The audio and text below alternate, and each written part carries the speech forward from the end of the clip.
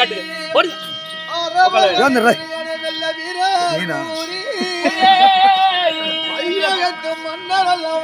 உகாரா உகாருங்க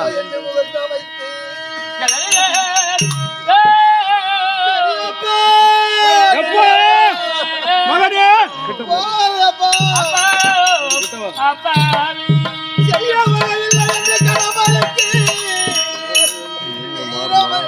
ஓடி வந்தாரே வந்தே பையரவ கொடியோ இங்கே மேல பழைப்பு கிடந்தல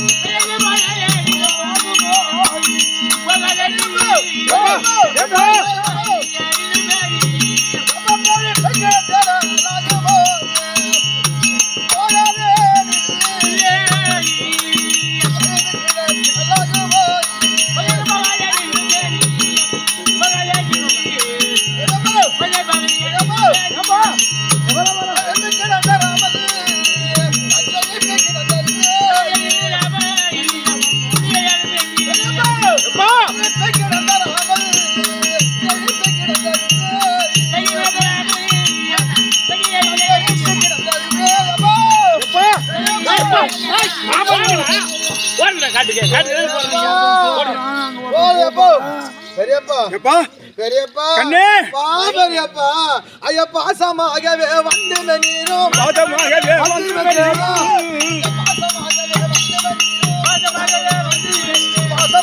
வந்து நீரும் தேசமே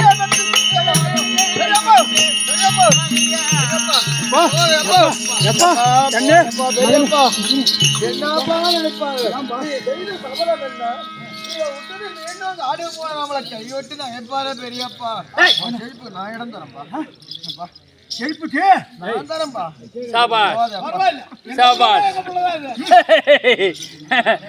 என்ன வெட்டுறேன் நானுவா நானே செழிப்பு இடம் தரேன்ட்டான் இதை வச்சு ஊசியே இடம் கொடுத்துட்டு நம்ம நூலை நுழைஞ்சிட வேண்டியதான் போடுங்களா பெரியப்பா பெரியப்பா ஏது இது கண்டாங்கூரி கரம்போது எங்க புள்ள எங்க புள்ள மாமா உள்ளவரே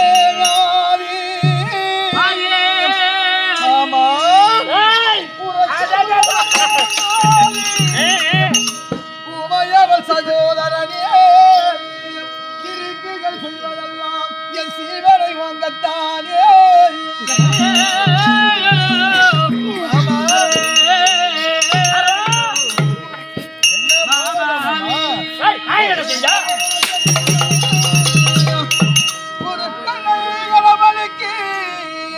இசைக்கவே துரியன் சந்தித்தேன் நாராயணா என்ன நான் என்ன பண்ண நான் என்ன செஞ்சேன் காட்டுக்கு ஓடுறேன்னா ஓடுக்கடான்னு நான் தோத்துனேன் நீ ஏன்டா அவனை பிடிச்சிருக்காங்க அவன் கடமைக்கு ஆள் இல்லைன்னா அவன் போறான் அவன் சண்டை வச்சா அவனு எங்க ஆள் இல்லை நான் ஓடுறான்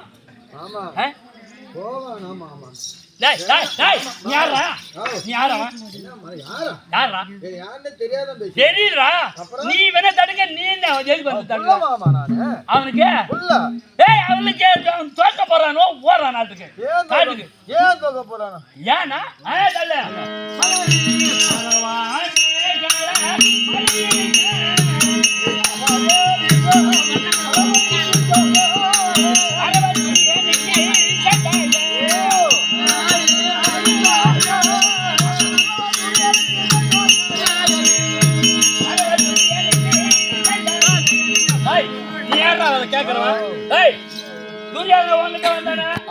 அவனுக்கு நீ சத்தியம் பண்ணி கொடுத்தியா அதோட வா வேலை முடிஞ்சது நீ என்ன வந்து பேசுறவா இவனுக்கு நீ என்ன ஜெயிப்பு தர்றவா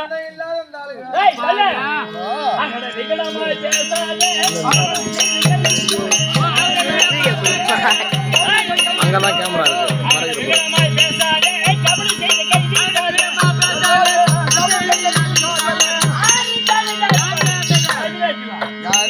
கவனமா கைய வீட்டுக்காரனா அங்க சத்தியம் பண்ணிட்டான் வரேன்னு இங்க நான் செல்ஃபுக்கு இடம் தரேன் என்னடா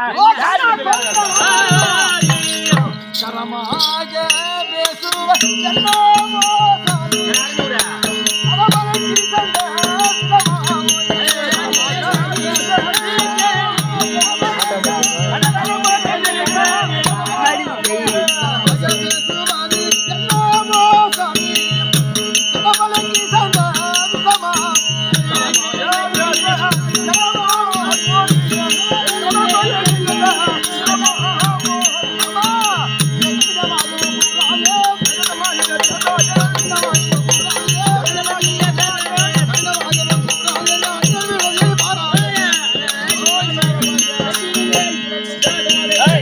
பெரியப்பா என்ன நான் வரேன்னு சொன்னேன். இது என்னையா சொல்லிட்டில? ஆமா. அப்புறம் ஏன்டா இவனை நீ தடுக்கிற?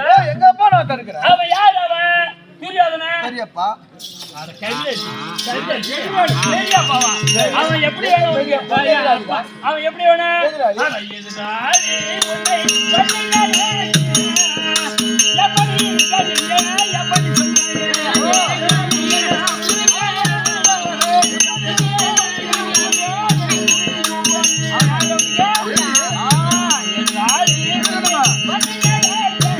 எப்படி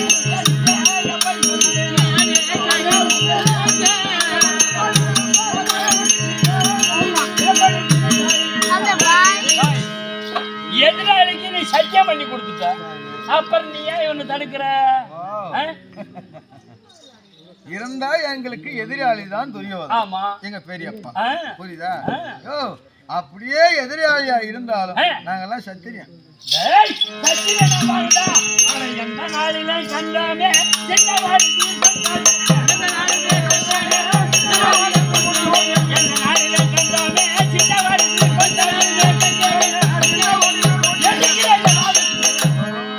இருட்டு பசங்களா சத்திரியா நாம ரொம்ப வாயிருக்கு ரொம்ப தாண்டாதையா. நாங்க எல்லாம் கொடுக்கிற பரமையில வந்தோம்னா என்ன நீங்க எல்லாம் கீழே அங்க நான் வரேன்னு கொடுப்பானா, இங்க நான் வரேன்னு கை சொல்லுவான். என்னைக்கு மேலதான் இருக்க உதவி கீழே இருக்காது. புரியுதா? ஓம் புத்தி என்னகிட்ட காட்டாத. என்னடா தந்தைக்கு அம்மை பார்வம் தாராளமாடி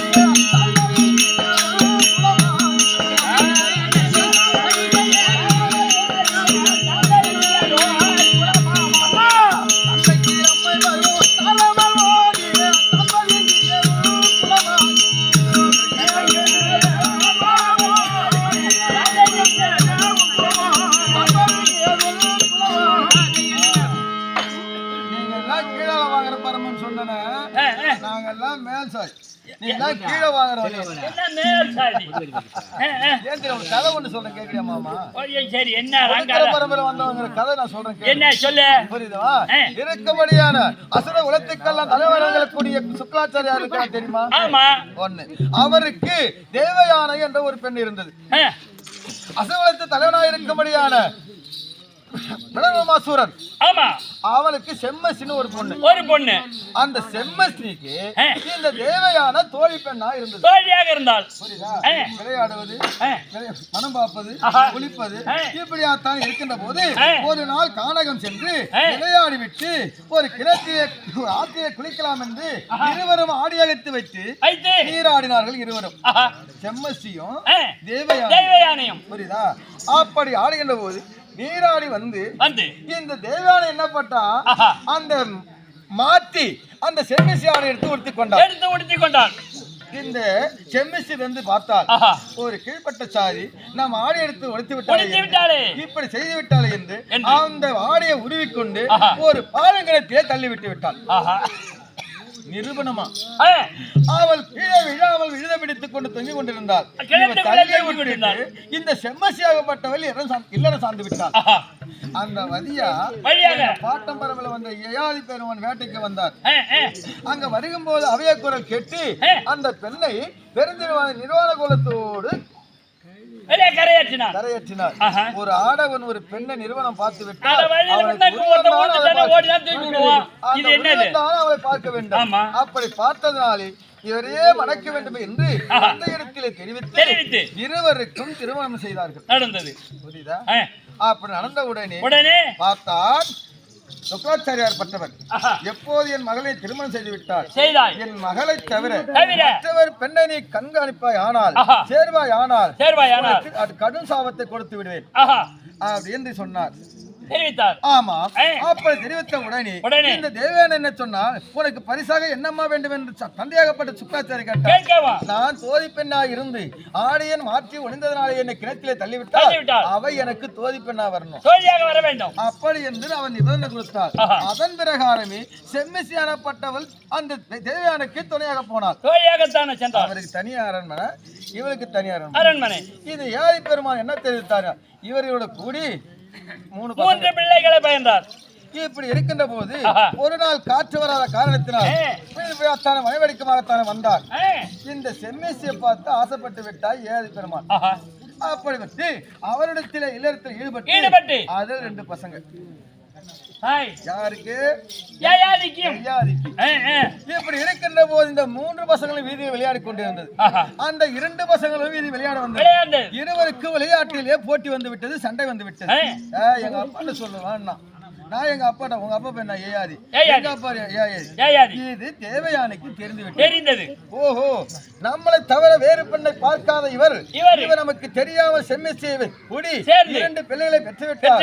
அப்படி என்று தந்தையிடத்திலே முறையிட்டார். அந்த தந்தையாகப்பட்ட சுக்ராச்சாரி என்ன தெரிவித்தார், அன்று சொன்னது பிரகாரம் சாபத்தை கொடுத்தார்.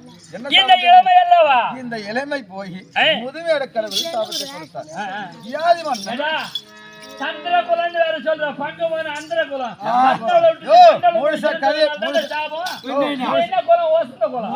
கதையை கேளியா. அவர் சாபத்தை கொடுத்தார். முதுமை அடைந்து விட்டார் ஏயாதி மன்னன் என் பாட்டன். தப்புக்கு தண்டனை. புரியுதா? அப்படி இருக்கும்படியான 5 பிள்ளைகளை கொடுத்து, எப்பா 7 வயதாக இருந்த முதியாகிவிட்டு நாட்டு மக்களை கவனிக்க வேண்டும், இந்த முதுமையை எடுத்துக்கொண்டு கொடுங்கள் என்று முதல் மகனை கேட்டான். தேவையான பசங்க 3 பசங்க முடியாது மறுத்து விட்டார்கள். செம்மச்சி பசங்கள் ஒருத்தனவும் முடியாது விட்டார். சின்னவனாகப்பட்டவன் ஒருவன் என்று சொல்ல முடியாத ஐயா, என் இளைவனை எடுத்துக்கொண்டு முதுமை கொடுங்கள், எப்போது உங்களுக்கு தேவை மாற்றுகிறதோ மாற்றிக் கொள்ளுங்கள் என்று அந்த சின்னவர் ஒருவன் முதுமை கொடுத்தார். அவர் முதுமை பெற்றார். அத மாதிரி அந்த பூராகப்பட்டவர் கொடுத்தாரு. அத மாதிரி நாங்க கொடுக்கிற பரம்பரையில வந்தவன். நீங்க எல்லாம் கீழே அந்த 4 பசங்க கொடுக்கலன்னு சொல்லி மறுத்தான் தெரியுமா? அவனுக்கு தான் பிரிச்ச சாபத்தை கொடுத்தாரு ஏதி மன்னன். எப்படி? போக்காதகன், மதுக்காதகன், மச்சக்காதகன். ஆமா, இப்படி தனித்தனிய விட அதுல நீ வந்து போக்காதகன். நீ சாதி புத்திய காட்டாதே,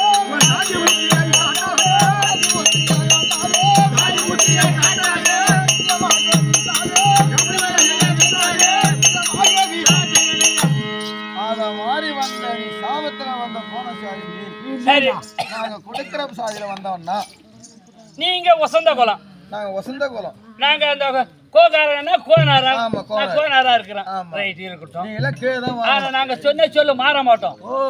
வாக்கு தவறினாலும் நாக்கு தவறினாலும் ஆகாது. நாக்கு தவறினாலும் வாக்கு தவறினா ஒண்ணு நினைக்கிறவங்க நாங்க. ஆனா நீங்க மேல்சாதி. ஆனா இப்ப நீ என்ன செஞ்சிருக்க? யாருக்கு வரேன்னு சத்தியம் பண்ண? என் பெருமை விட்டா வரேன்னு சொன்னா அவ யார்? அவன் எதிரி பகையாளி தன்னை கூதை படிப்பு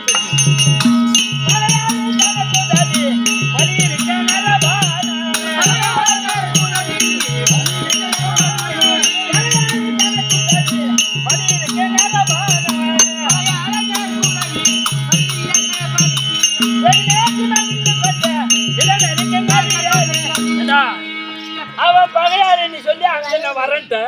அப்ப நான் இங்க வந்து இப்ப நாங்க வரேன்னு சொன்னது உண்மை. ஆமா, அப்ப நீ என்ன சொல்றேன்? கோவிந்தா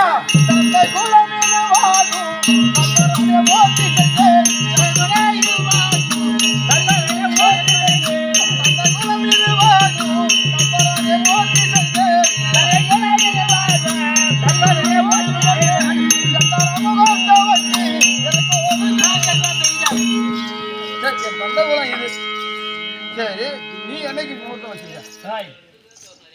ஐயா அவர் எட்ட போக சொல்லுங்க, இல்லைன்னா நாங்க விட்டு உள்ள போயிடுவோம். எங்களுக்கு என்ன முகூர்த்தமா? ஆமா. சாப்பா அதோட விடு. நான் எப்போ வச்சுக்கிட்டு அவனே வந்து கேட்கறான்.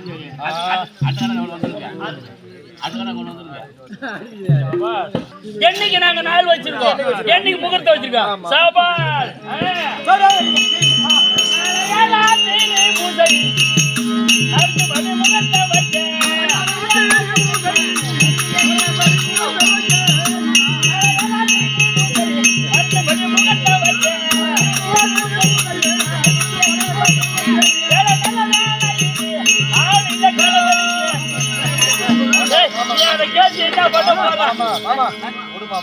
நீ என்னைக்கு வச்சிருக்காரு சொல்லு. நீ அதை கேட்டு என்ன பண்ண போற? நான் வரேன் மாமா. சூர்யா இன்னைக்கு என்னைக்கு வரேன்ருக்க? நாளை மறுநாள் வெள்ளிக்கிழமை. இன்னைக்கு புதன்கிழமை. சரி, நாளைக்கு வியாழக்கிழமை. நாளைக்கு மறுநாள். ஆமா, நாளை மறுநாள். சூப்பர். நாங்க நாளைக்கே வச்சிருக்கோம்டா. குருவாரம் வியாழக்கிழமை. நாளைக்கு நான் வரேன் மாமா. அது போகலாம். சூப்பர்.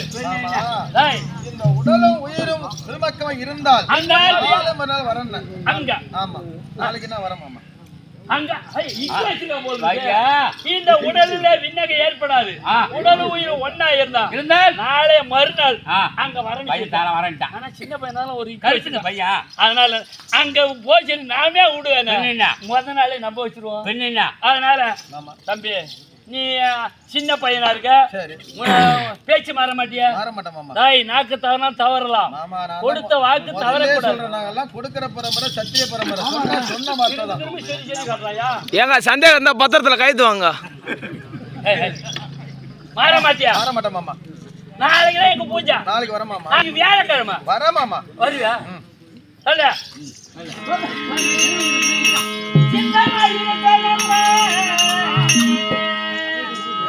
செல்வனே அரவபால உன்னை பெற்ற தந்தைமார்கள் பிழை சொல்ல துணிய மாட்டேன்.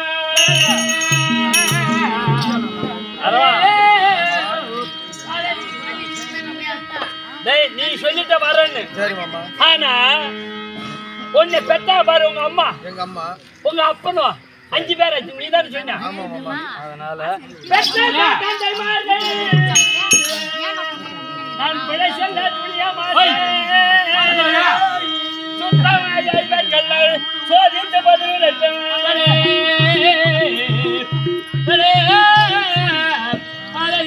அதனால நீ வரன்னு சொன்ன மாதிரி உன்னை பெத்த அம்மா உங்க அப்பா அவங்க மனசுல என்ன இருக்கு அப்படின்னு தெரிஞ்சுக்கிட்டு நான் வரேன். அது வரைக்கும் நீ இங்க இருக்கணும். மஞ்சள் துணி கட்டிக்கணும், பட்ட ராமம் போட்டுக்கிட்டு யாரு வந்து கூப்பிட்டாலும் நான் சாமி புள்ள தொடாத. ஏன்னா சீட்டுக்காரன் கை மேல பட்டக்கூடாது. அதே மாதிரி ஓடி ஆடி வெள்ளான்றத எங்க எக்கோ வந்துட்டான் வீண்டங்க போட்டோம் சொன்ன மாதிரி இருக்க மாட்டோம். அதனால எங்கேயும் போகக்கூடா, மஞ்சள் துணி கட்டிக்கிட்டு குளிச்சுட்டு நான் கூப்பிடும் போது நீ வந்துடணும். எங்கேயாவது போட நினைப்பு வந்தா படுத்து தூங்குடா.